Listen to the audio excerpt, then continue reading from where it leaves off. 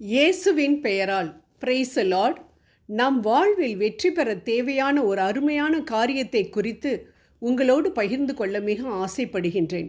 ஒரு அரசாங்க அதிகாரியின் உறவுக்காரராக நாம் இருந்தால் அவரின் பெயரை வைத்து அநேக காரியங்களை நாம் சாதித்து கொள்ள முடியும். அழிந்து போகும் உலகில் அழிந்து போகக்கூடிய, அதாவது இன்று இருந்து நாளை பதவியிலிருந்து விலகக்கூடிய மனிதர்களின் பெயரை வைத்தே நாம் காரியங்களை சாதிக்க முடியும் என்றால், அழியாத உலகின் அரசராகிய நம் அன்பர் இயேசுவின் பெயரை வைத்து எவ்வளவு காரியங்களை சாதிக்க முடியும்? அதுவும் அவரின் சொந்த பிள்ளையாகி அப்பா பிதாவே என்று கூப்பிடத்தக்கதான புத்திர சுவீகார பாக்கியத்தை ரோமையர் 8:15 பெற்றுவிட்டோம் என்றால் எவ்வளவு எளிதாக காரியங்களை பெற்றுக்கொள்ள முடியும்? யோவான் எழுதிய நற்செய்தி 14ஆம் அதிகாரம் 13 மற்றும் 14ஆம் இறை வார்த்தைகளில், நீங்கள் என் பெயரால் கேட்பதையெல்லாம் நான் செய்வேன், இவ்வாறு தந்தை மகன் வழியாய் மாட்சி பெறுவார், நீங்கள் என் பெயரால் எதை கேட்டாலும் செய்வேன் என்று கொடுத்த வாக்கை திரும்ப பெறும் மனிதனாக அல்ல, வாக்கை நிறைவேற்றும் வாக்கு மாறாத தேவனாக இயேசு கிறிஸ்து சொல்லக்கூடிய இந்த வார்த்தைகள் உண்மையானவை. மேலும் இவை பூமியை நனைக்கும் மழையைப் போல சொல்லப்பட்டிருக்கிற காரியத்தை செய்துவிட்டு அனுப்பியவருடன் திரும்பும். ஏசாயா 55:11 இறை வார்த்தைகள். மேலும் யோவான் 14:13-14 வாசித்து பார்த்தோம் என்றால், என் பெயரால் என்று 2 முறை குறிப்பிடுகின்றார். அதாவது அவரின் பெயரை கட்டாயம் உபயோகிக்க வேண்டும் என்று இயேசு மிகவும் வலியுறுத்தி கூறுகின்றார். ஏனென்றால் நமக்கு துன்பங்களையும் துயரங்களையும் கொண்டு வரும் சாத்தானுக்கு பிடிக்காத பெயர் இயேசு என்ற பெயர்தான்.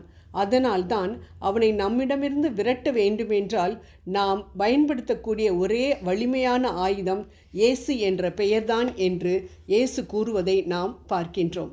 மேலும் இயேசுவின் பெயருக்கு விண்ணவர் மன்னவர் கீழுலகோர் அனைவரும் மண்டியிடுவர், தந்தையாம் கடவுளின் மாட்சிக்காக இயேசு கிறிஸ்து ஆண்டவர் என எல்லா நாவுமே அறிக்கையிடும் என பிலிப்பியருக்கு எழுதிய திருமுகம் 2ஆம் அதிகாரம் 10-11 இறை வார்த்தைகளில் புனித பவுல் கூறுவதின் மூலம் இயேசு என்ற நாமத்திற்கே பிசாசு மண்டியிடும் என்று தெரிகிறது. ஆகவே அன்பானவர்களே, நமது துன்பம் நம்மை விட்டு நீங்க நாம் உபயோகப்படுத்தக்கூடிய பெரிய ஆயுதம் இயேசுவின் நாமம்தான்.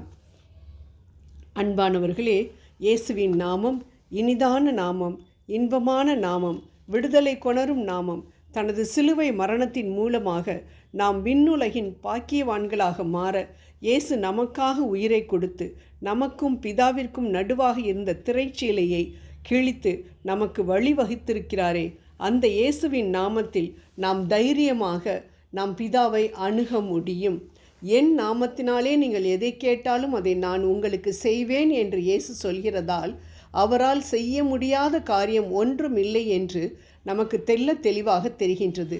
ஆனால் நாம் ஜெபிக்கும் பொழுது நம் அன்பர் இயேசுவை போல, பிதாவே என் சித்தத்தின்படியல்ல உமது திருவுள்ளத்தின்படியே ஆகட்டும் என்று லூக்கா 22:42 என்ற இறை வார்த்தைகளையும் இணைத்து ஜெபிக்கும் பொழுது நம் தேவன் அவர் திருவுள்ளத்தின்படியே நம்மை மகிழ்ச்சிக்குள்ளாக்குவார்.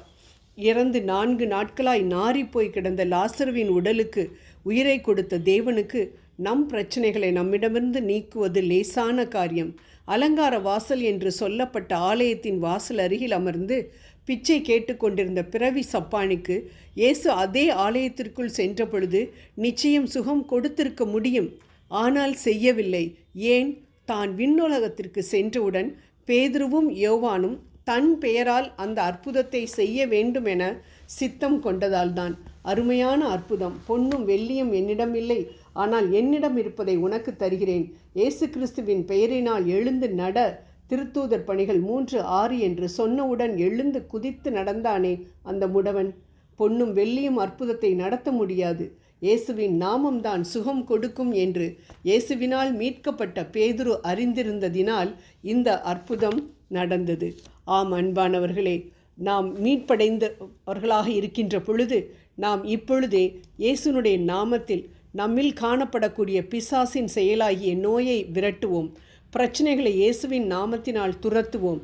நம்மை சுற்றிலும் இருக்கிற கோட்டையின் கற்கள் ஒவ்வொரு முறையும் நாம் இயேசு இயேசு என்று சொல்லும் பொழுது உடையும்.